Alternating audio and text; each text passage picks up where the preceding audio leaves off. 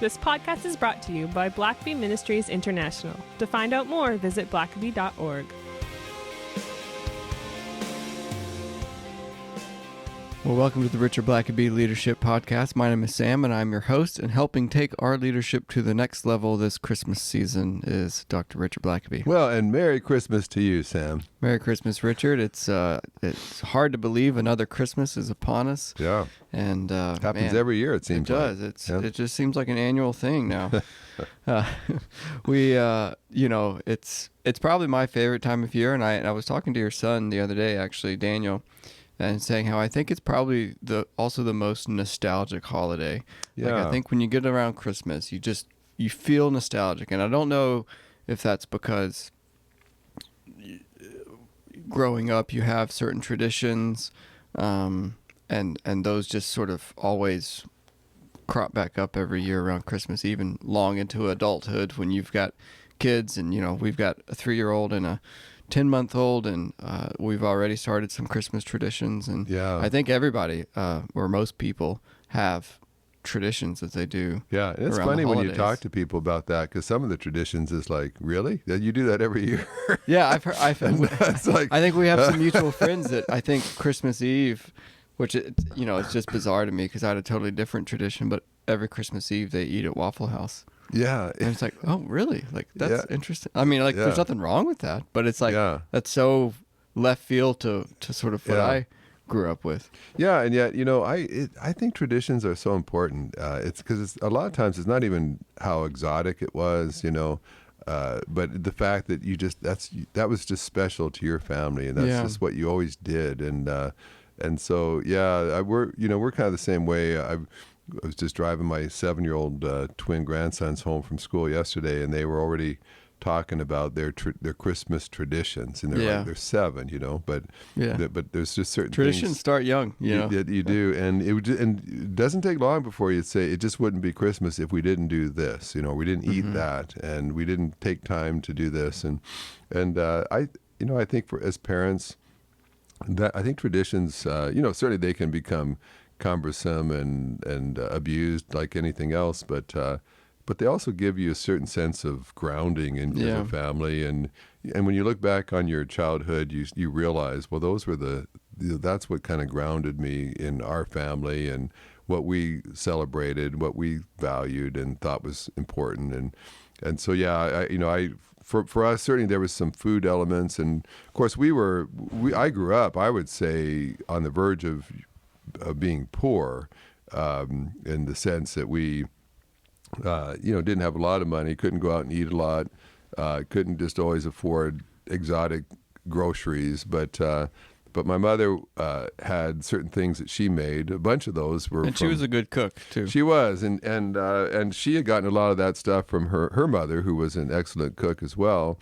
And so the one time a year you knew that there was going to be plenty of dessert, a and feast, lots to graze on. My mom would make this kind of Christmas bread every year that you just grazed on all Christmas Day, and she'd bring out the Christmas bread, and you knew that was there for just grazing on. And there were the sort of the eating rules were kind of suspended. Yeah, and it was like, hey, stuff is just out, and you can just eat. Oh, hallelujah! All day, and for better or worse. And I remember, just as a hungry, active boy, that was just so blessed. And and there were some tough years. I know growing up in Canada, and in middle school years were tough, and yet it just seemed like Christmas was that extended break in the middle of the year that you could just kind of get away from. It was kind of magical, and you could just enjoy getting some presents and good food and just some time away from school and normal life. And well, it's such a break from the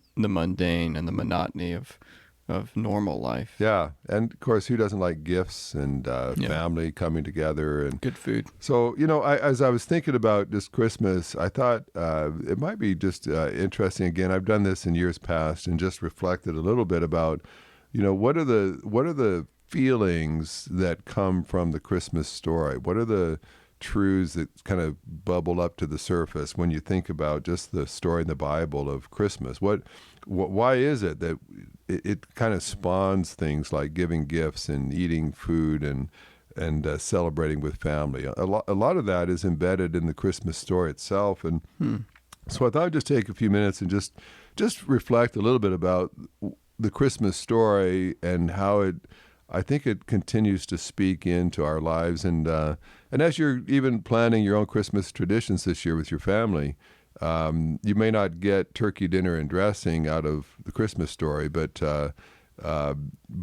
I think there's a lot you can pull from it, and you can apply it in your life. And so, one of the first, this is just kind of random thoughts here, but one thing that always strikes me about the Christmas story is the surprise. There are just a number of surprises. It'll say suddenly, an angel spoke, or suddenly a host of angels were singing, and just the unexpectedness. Joseph has about 4 different dreams where an angel speaks to him, at times telling him, get up right now in the middle of the night and clear your family out of here. Your lives are in danger, or your baby's life is in danger. And just the suddenness of an angelic visitation. Mary's going about her day, and suddenly there's Gabriel, and your heart starts to race, and you're caught totally by surprise. For a bunch of shepherds on the night shift, and suddenly there's an angel choir singing for you, and you just the kind of change of plans. Joseph is thinking that he's going to just settle down here in Bethlehem, and all of a sudden he's told, "Get up right now and flee to Egypt." And so the suddenness, the surprise, and of course Christmas time there's lots of surprises and little twists and surprise gifts and surprise foods and surprise visits from relatives. And, I think in our somewhat mundane lives, we all probably need a few surprises. Things that aren't ordinary. Maybe that's what makes Christmas a little bit magical, is this might be the only time all year that we do this, but maybe that I know my wife grew up with a midnight mass she went to, and so you stayed up way past your bedtime any other day of the year. But I think my 3-year-old would love that. She probably does that anyway without even knowing. And so surprise is certainly one of those feelings. I just think of Christmas mornings and coming out in my pajamas and still maybe a little bleary-eyed, and then you see stuff that's under the tree that wasn't there the night before, and you open up presents and you're blown away that this is what you got. And I think we all kind of need some pleasant surprises like that, and Christmas is one of those moments. A second thing is just hope. Light shines in the darkness, and there's a lot of darkness in our world today, a lot of negative news. And I think, again, one of the things, stories are told even during World War I that on Christmas Day, soldiers actually came out of the trenches on both sides and played soccer games or did things with each other. And then the next day they went back to shooting at each other. But there's just something that gives hope in the midst of a very bleak world at times. And again, you're one message away from God, one word from God away from having hope again, having a different perspective. And of course, that's why some people have such bad Christmas experiences. Maybe it's a really dysfunctional family background, or no one invited them for Christmas, and it could be a very depressing time. But I think Christmas is meant to be a time of hope. That even in your darkened world, if there's no one else with you, God sees you, and God has come for you, just like He's come for everyone else. And so I think you may just at Christmas time kind of turn the news off, the TV for a while, and just reminisce and think and consider the hope that comes from a Savior coming down from heaven. And I think it's good. Yeah, it's good to do those things that aren't ordinary as well. So that's I think that's the one time of year to be extravagant or to be extra special or just out of the ordinary. Right. And, kind of going along with that, a third thing is just certainly the feelings of joy. It just says over and over again, angels tell the shepherds, these are tidings of great joy. The gospel, the word gospel itself means good news. And Elizabeth thought that she was never going to have children. And then an angel comes and says, you're going to have John the Baptist. And she's filled with joy. And they're just, Mary is told these spectacular things that are going to happen. Of all the women, the Jewish women, all dreamed of being the mother of the Messiah. And she's told it's going to be you. You're the one God has chosen. And joy permeates the Christmas story. Now, there's hard things there as well, but you can't, when God suddenly sort of breaks his way into your world and into your life and says, hey, I have a plan for you, and I know you, and I have wonderful things in store, and I'm going to use you. Doesn't mean that Jesus' life isn't difficult, that Mary doesn't suffer watching her son dying on a cross. There's, it's not all easy, but there's joy there. And I just feel like that's what Christmas is intended to do. Of course, like everything, we can abuse what God intends. We can neglect that. Our life, sin mars us from experiencing the fullness of what God intends. But Christmas is a joyful message that there is hope, that God knows us, he cares about us, he's come down to be with us. Emmanuel means God with us. And is there anything more joyful than being creatures of dust, alienated, separated from Almighty God, our Creator, and then for God to say, I'm coming down to be with you, to walk with you, to restore relationship with you. And so I think about all the different people that experience joy during the Christmas story. And I think that's why that feeling, that emotion, still prevails so much in Christmas today. And then kind of related to that is just the idea of salvation, that had Jesus, had the Savior not come to earth, we would all be unsaved. We'd have no hope at all. There'd be no rescue. And so to have God in a perfect heaven, a perfect, holy, joyful realm of spirits, looking down at these frail creatures of dust, foolishly doing self-destructive things, in bondage to sin and death, and for God to leave that perfect heaven to come and save us when we could not save ourselves. Ultimately, that's the message of heaven, of Christmas. And I think that's why sometimes when we watch on the news and we see all the negative things happening, we just need to understand there is nothing that we can face in this life that God cannot save us from. That God is bigger than our worst problems. And that's the message of Christmas is we were facing the worst things humanity could face: sin, death, destruction, oppression.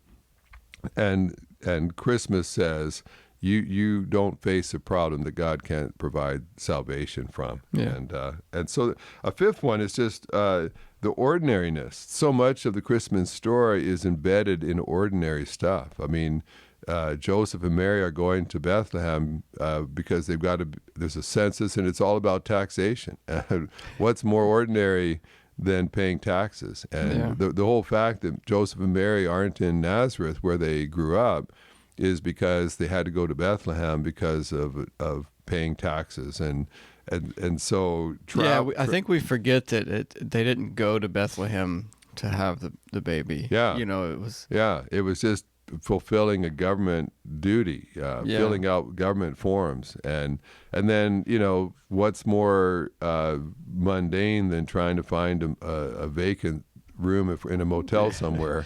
And I've been there where, we drove as a family years ago, and we'd kind of think, I hadn't really booked hotels in advance like I should have back then, back even before internet was real big, just thinking, well, when we get to that town, we'll look around, we'll try to find a motel and pull in and see if they've got room, which is a terrible way to do that. I would never do that now. Yeah, if you want surprises, that's a great way to go. And so when you think about finding a hotel, the shepherds are doing the graveyard shift. I've worked graveyard shifts for a couple of years, and I'll tell you what, there's nothing much more mundane than that, trying to stay awake all night, working the job and the shift no one else wants to. But the Christmas story is embedded in the ordinariness of life. Taxes, work, travel, trying to, get bills paid, trying to just work out logistics, pregnancy, caring for a very pregnant wife as you travel, all the logistics of that. And the Bible doesn't tell us if, like, Mary had morning sickness riding on a donkey, all day long for several days. Ordinary living. And again, I think that's why the Christmas story is so attractive, because it speaks to ordinary people living ordinary lives. And then God kind of bursts forth into our ordinary lives and says there's reasons for hope and reasons for joy. And maybe one last one before the break is just, it's also kind of a corporate thing. You don't see a lot of individuals. It typically, it's, even Mary and Joseph were in this together. And they're going to start their little family with Jesus now. Now they're a couple with a little baby. You've got a bunch of shepherds all there tending their flocks by night together. You've got three wise men. That's what the song carol told says me. anyway. Yeah. But we know that there are wise men with an E, not an A. And so there's at least a couple of them. And they're searching together. They're on a journey together. And it just seems to be that in so many ways, it's about people together. And of course, that's why when you're not together at Christmas, when you're at home in your apartment and have nowhere to go for Christmas dinner or to open your presents, it's that can be a really hard time. And so it's meant to be a time of celebrating with others, with family, with friends. I remember years and years ago, I was a pastor, and we had a student minister that was single at the time, and a young woman that was working with students, and we just, we realized we don't want her just to be alone. She's far from her family, and so we just invited her to come spend the night with us, Christmas Eve, and we had talked to people in the church, and a bunch of people had donated some gifts that we'd put under the tree, and I'll tell you, that was probably one of the most enjoyable things that we did that year, or that we did in many a Christmas. She thought that she's going to just politely sit there and watch while a family opened all their gifts, but we kept telling the kids, "Hey, Mike, give this gift to her. We found another gift for her under the tree." She had probably more gifts than we did because the church people had sent all these. And I just remember that being so impactful to her. But I just think Christmas was designed to be celebrated with others. And that's a time when you have Christmas parties, you do things together. Christianity is meant to be corporate. It's meant to be shared. And Christmas is kind of the epitome of that, where you don't want to just do it alone. You don't. It just doesn't. It's not right. It doesn't feel right. Yeah. To sit alone in your apartment celebrating Christmas by yourself. I mean, sometimes you may have to do it that way, just by the nature of where you are in life and your work or whatever else. But it's meant to be shared with others. And that's the way it's intended. Well, and I think given the option, people are always going to share it with others if at all possible. Yeah. So, well, good. Well, this is a great start to this Christmas episode, and let's take a quick break, and we'll be right back.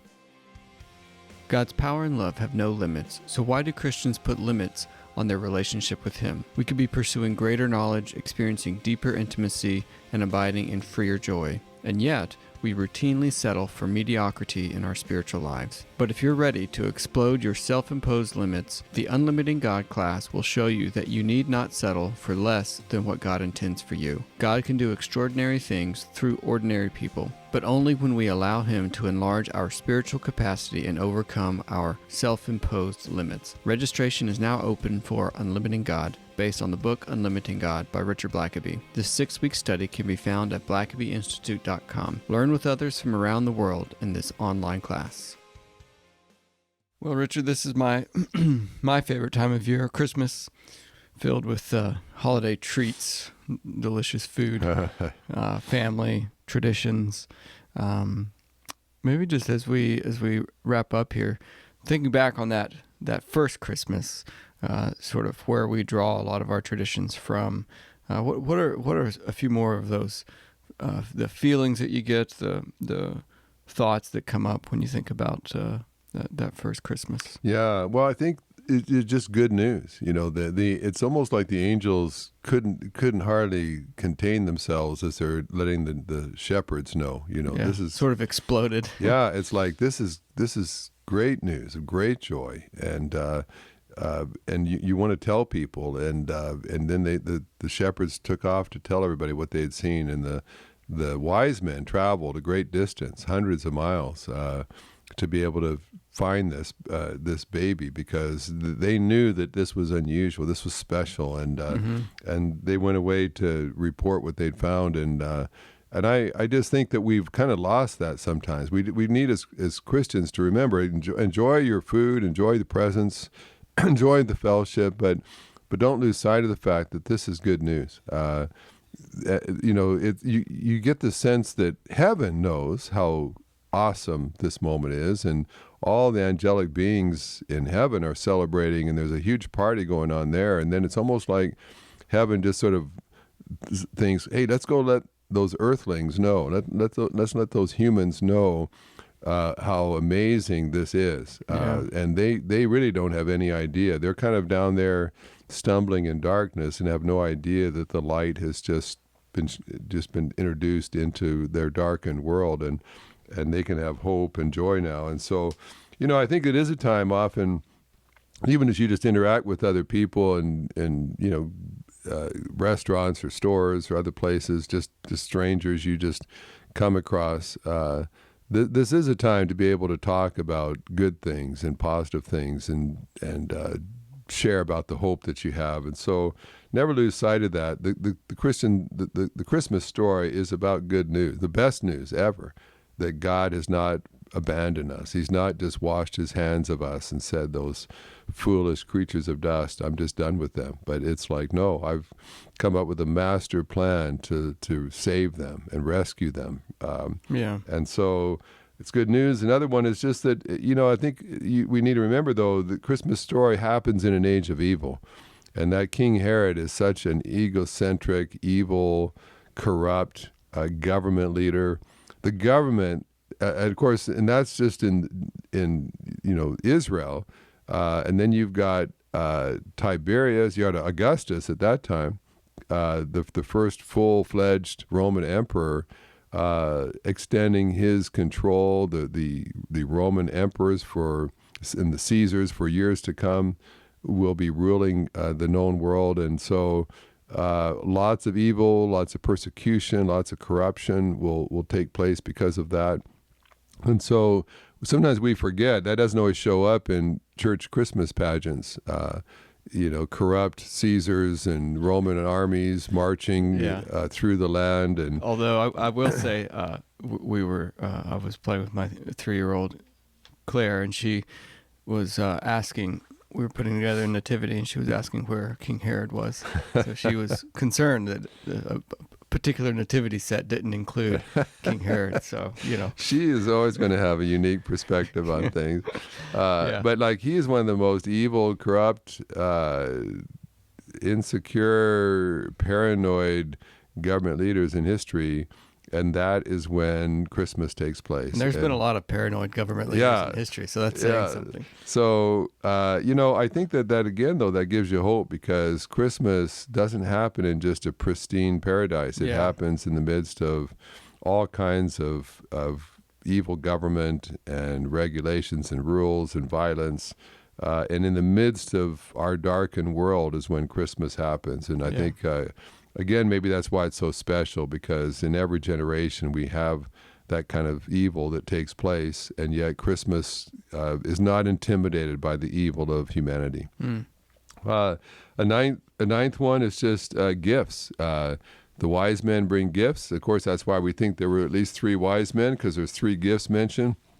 But it is a time of giving, and I think that's probably, again, why Christmas is so popular. Sometimes you can be stressed out about if you've got a lot of gifts to pick up and buy and you haven't gotten them all. But you know, there's just something special about giving gifts. It's kind of a universal kind of language of showing affection, showing kindness, thoughtfulness. And, in some ways it's maybe too bad that a lot of things we only give to others at this time of year. But I think Christmas is about giving. God obviously gave the greatest gift of ever given. And so it ought to inspire us. I think Jesus followers ought to be gift givers at some level. We love to give because your wife is notorious at gift giving, and she is, and it really is. I think good gift giving is sort of a lost art as well. Yeah. Like not just like, hey, here's a gift card, or which those are fine. There's nothing wrong with those, but but giving gifts that are thoughtful and say to the person, hey, I've paid attention to the things that you need in your life, or the things that maybe you want, and that's a very special and thing. It's and to truly find joy in giving, we often find joy in receiving, but to be the kind of person that just takes great joy in giving. I know, like at Christmas, Lisa is really slow about opening her own gifts because she's taking such delight in watching people open their gifts, and she truly finds joy in the joy others have in receiving, and I think that's just part of what the spirit of Christmas is giving. Yeah. A tenth thing is just, Christmas represents heaven coming down to earth. It's like the realities of heaven are suddenly shared with the people of earth, and I think that's a big thing. God has always had a plan to redeem humanity. He's been working it out through the generations. If you could be a heavenly creature seeing God upon his throne, you would know that despite what's going on in the news reports, what government, evil dictators are doing, that heaven is marshaling its plan year by year, step by step, and so the angels suddenly bursting forth from heaven to let the earth know, and the Son of God leaving heaven to come to earth, and the reality of what heaven knows is now being shared with earth. And I think that's just a powerful moment where you've got this darkened world, and then you've got a heaven filled with brilliant light, and it's like heaven bursts forth into earth and says, hey, you don't know all the story. You don't know all that's going on. Yeah. And I think Christmas is that beautiful moment where heaven intercepts earth, and the spiritual joins in with the physical, and that dynamic is a powerful thing. And we can become so enmeshed in the flesh and what we see with our physical eyes that we miss what God sees in the spiritual realm. And so that's kind of what that represents. And two last things. An 11th thing is just that it all the ages are represented. You've got Mary, that's probably just a teenager. The excitement of her future, what lies ahead, and giving birth for the first time, and being swept up into the activity of God. But you've got shepherds, they're going to be older. You're going to have wise men that are probably older still, that have been around a long time, gained much wisdom. And then after Jesus is born, when he's taken to the temple, you've got people like Anna and Simeon that are rejoicing. They're elderly. They're both at the end of their life, but God is going to bless them by letting them see the Savior before they die. And there's just something about Christmas that speaks to every age. And I love the stories of Anna and Simeon, because what that says is you're never too old for Christmas to still minister to you and impact you. You've got, it's not just a holiday for kids that get to open presents. It's for everyone. And as you get older, it's not so much about the presents you got anymore. You probably have what you need anyway, whether you had another Christmas or not, but it's about celebrating the family, friends, God, and just enjoying the laughter that's taking place in your home. And so it's one of those times it's sort of multi-generational. It's, the one thing I don't like is having to assemble stuff for the young kids the rest of the day. that could be a curse. And the young kids say, Yeah. "Look, I've got this 10,000 piece Lego set. Could you spend the rest of Christmas building Oh, well, it that with would me?" be fun. But Yeah. there's some things that are less some fun things to are less assemble. fun. Yeah. But it's meant to be for all ages, and they're all in the Christmas story. You've got young people, old people, all being swept up and impacted. And I think it's a beautiful thing how Christmas ties every generation together. And I remember just waking up as a kid, and my grandparents on my mom's side would have come over early that morning. And they're already in place in our living room when we walk out the door. They weren't at our house when we went to bed last night, but you're looking around the room and you've got there's grandma and grandpa, and look at the gifts and the brothers, and we enjoy that. We've got of course Daniel, my son, lives across the street from us, and so they've just kind of traditionally had us come over each morning to watch the twins come down and open their presents, and that's just a lot of fun. Like, we don't open any presents at that point. We usually have the family gather later, and we open our presents then. But just the joy as grandparents to watch grandkids opening up gifts is, whether you open a solitary gift of your own or not, it's just fun to share in the joy of youth and those kids. Well, there's no one, like, I think you can. It's hard to feel better about giving a gift than if you give a gift to a kid. Yeah. Like, there's just so much enthusiasm. Yeah, I think some adults can be like, "Oh, thanks, that's nice." Tuck that away. But like kids, like, they go and like crazy. yours now at 3, she is going to just. She's such all into things anyway. But and kind of, I guess, just the last thing is it's about family. You got Joseph and Mary. They're now a family, but they've got a baby. Their family is being launched, and there's just something special. I still remember when Lisa and I, first Christmas we spent just in our own home. We'd gone to Texas from Canada to go to school, and we couldn't afford to come home. And Lisa was working, and we had babies, and it was just our parents couldn't afford to fly us all back. And I remember we're going to very Spartan apartment, 2 little kids, and we didn't have a lot of money for groceries. It was going to just be our family that year for Christmas dinner and everything. And I just remember it being kind of magical. And a night or two before Christmas, I taught an adult Sunday school class for single adults, and a bunch of the singles had all shown up at our house, and they'd gotten a tree. We weren't even going to have a tree. But they had bought a tree, and they came in, and they had all brought decorations and decorated this tree and brought food. And I mean, it was just so thoughtful to minister to us. And it was a very magical Christmas. Probably one of my favorite Christmases was just our little family, and just the joy we spent with each other. And I sadly, there are families that are not close, that don't have joy when they gather. And again, I think sin has broken families from what it was intended to be. Mm-hmm. But don't ever lose sight, because it might be hard for some people.